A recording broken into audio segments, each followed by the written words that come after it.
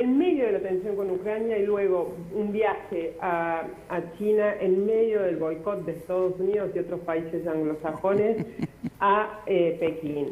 Entonces, es fundamentalmente el timing y fundamentalmente hacia adelante qué tipo de asociación con Argentina va a tener Washington. Claro. Ahora, ¿por qué, Alberto Fernández, vos mencionabas justamente esto, ¿no? El timing. ¿Por qué Alberto Fernández decide utilizar y hacer estas cosas en este momento, también teniendo en cuenta el acuerdo o el entendimiento con el FMI? Bueno, la lectura que se hizo en Washington es muy parecida a la que se hizo acá, o la primera lectura. Después hay otras lecturas.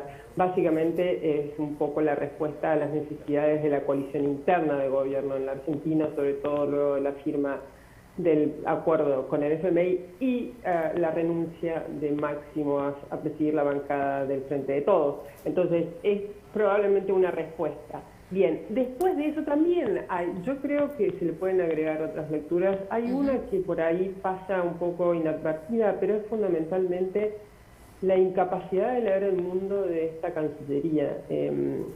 Ese timing no puede estar explicado de otra forma. Eso por un lado. Claro. Por ejemplo, el acuerdo para incorporarse a la nueva ruta de la seda. Obviamente se veía venir desde 2017 la Argentina, incluso con la administración Macri, empieza a evaluar o a analizar lo bueno y lo malo que puede representar a la Argentina este acuerdo. Ahora bien, hacerlo una semana después de que prácticamente le rogaste a Estados Unidos el apoyo en el Fondo Monetario Internacional, asociarte en una unión estratégica con el mayor adversario de este momento geopolítico de Estados Unidos, suena por lo menos de una enorme torpeza e impericia en cuanto a la diplomacia. Bueno, no hay ninguna duda que esto es un dato curiosísimo. Yo no lo puedo analizar en el campo geopolítico, económico o ideológico. Yo creo que está en el campo de la Junta Médica. Como, insisto, no soy psiquiatra, no me atrevo a calificarlo, pero no hay ninguna duda que lo que... Cierta esquizofrenia, ya que estamos hablando de clínica o de definiciones... Claro, porque la realidad es que no hay puertas diferentes, hay una sola puerta. Ajá. Si nosotros no llegamos a un acuerdo con el fondo, que son todo el club, o sea, no es Washington, no es Estados Unidos, es todo el club, no vamos a tener ni créditos ni inversiones de ninguno de los miembros, incluyendo a Rusia y a China. Entonces, la descripción de que hay puertas diferentes, yo no sé de dónde la sacaron, a mí me parece una cuestión curiosísima, no sé en qué parte de la biblioteca, uno dice una media biblioteca. No, lo que pasa es que vemos al gobierno dividido, se habló del loteado, el fuego interno, ¿no? Inés, exactamente, las contradicciones que uno tiende a interpretar, es lo que dijo Domecq, de cuáles son las posibles salidas, pero hay miradas muy distintas en el gobierno.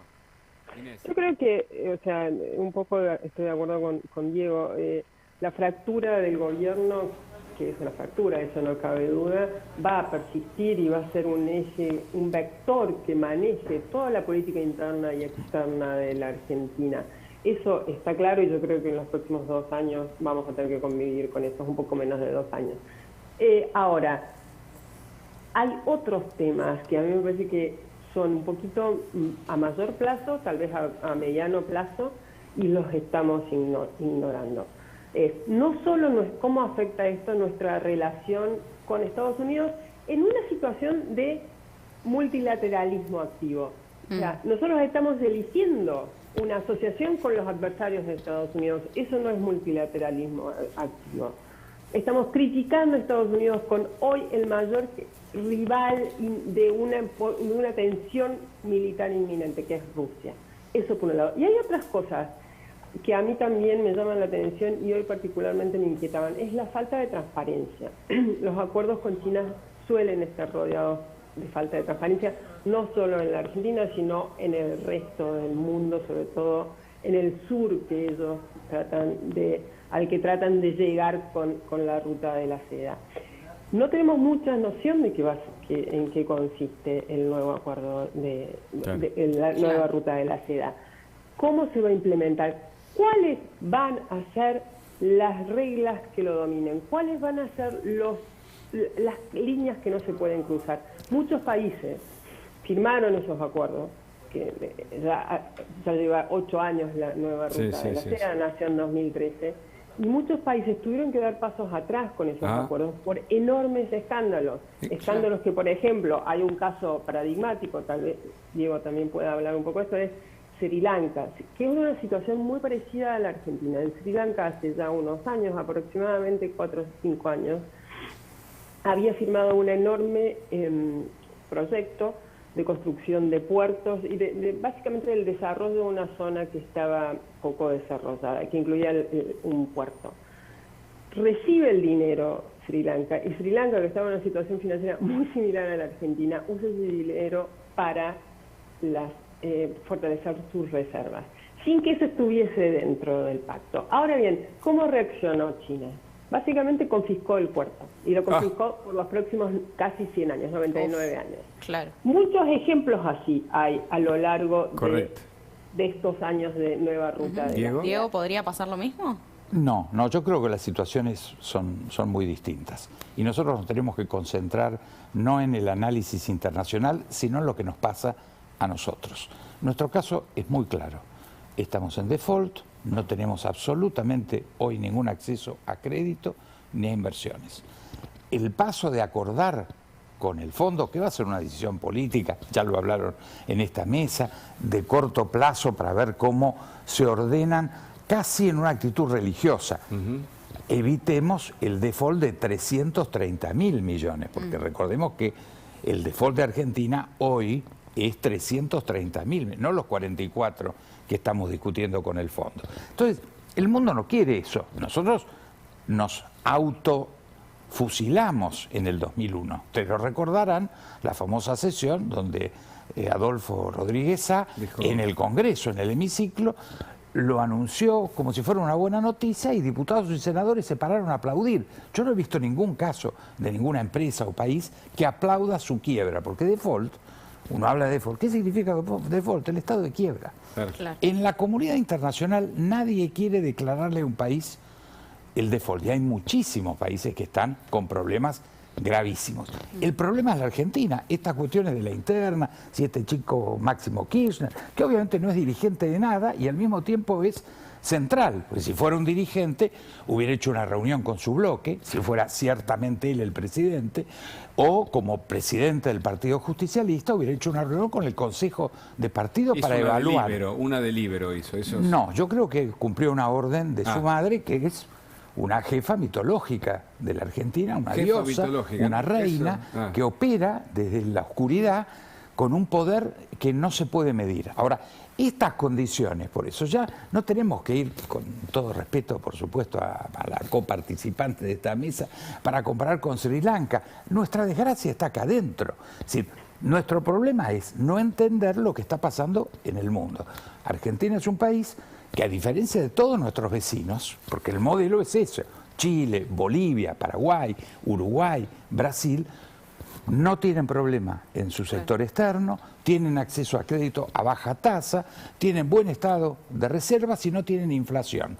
O sea que nosotros, más que, insisto con respeto, ver lo que pasa en Sri Lanka, lo que tenemos que ver es nuestro aislamiento dentro de nuestro propio vecindario. Inés, hablábamos recién sobre lo que tiene que ver específicamente con Estados Unidos. Ahora vamos al mapa general. ¿Cómo ven en general, ¿no? los miembros del FMI este tipo de reuniones que mantuvo Alberto Fernández? Ya hablando no solamente de Estados Unidos, sino en el escenario más global.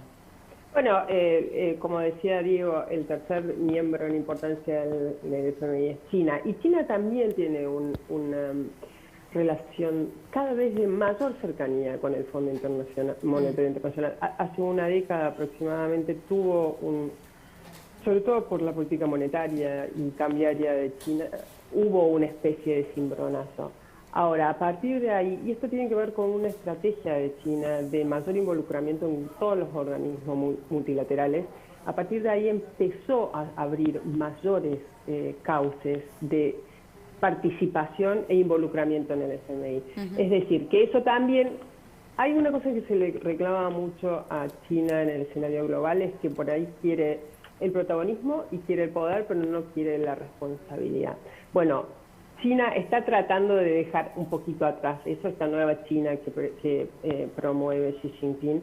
Y el FMI es uno de los campos. Lo vimos en los últimos 2 años con la Organización Mundial de la Salud, el rol preponderante de China. Bien, en el FMI China también adquiere cada vez más poder y, por lo tanto, estamos frente a un socio, un nuevo socio, un renovado socio a partir de anoche, que también nos va a ser parte de las exigencias del FMI. Entonces, yo no, si fuese el gobierno argentino, no descartaría que, o no pretendería pensar que, porque China ahora somos nosotros partes de la nueva ruta de la seda, va a ser un poquito más indulgente con nosotros en el Fondo Monetario Internacional. No le conviene en este nuevo rol que quiere construir en los organismos multilaterales.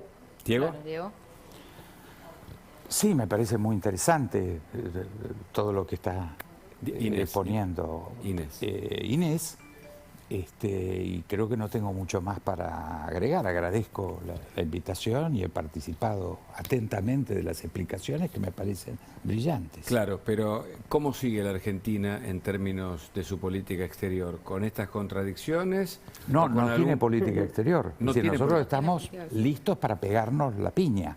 Esta es la realidad de lo que nos está pasando. En el curso de los próximos 60 días, el Fondo Monetario va a ser un ejercicio de paciencia al margen de las agresiones, estos comentarios, todas estas cosas que vemos en la prensa local.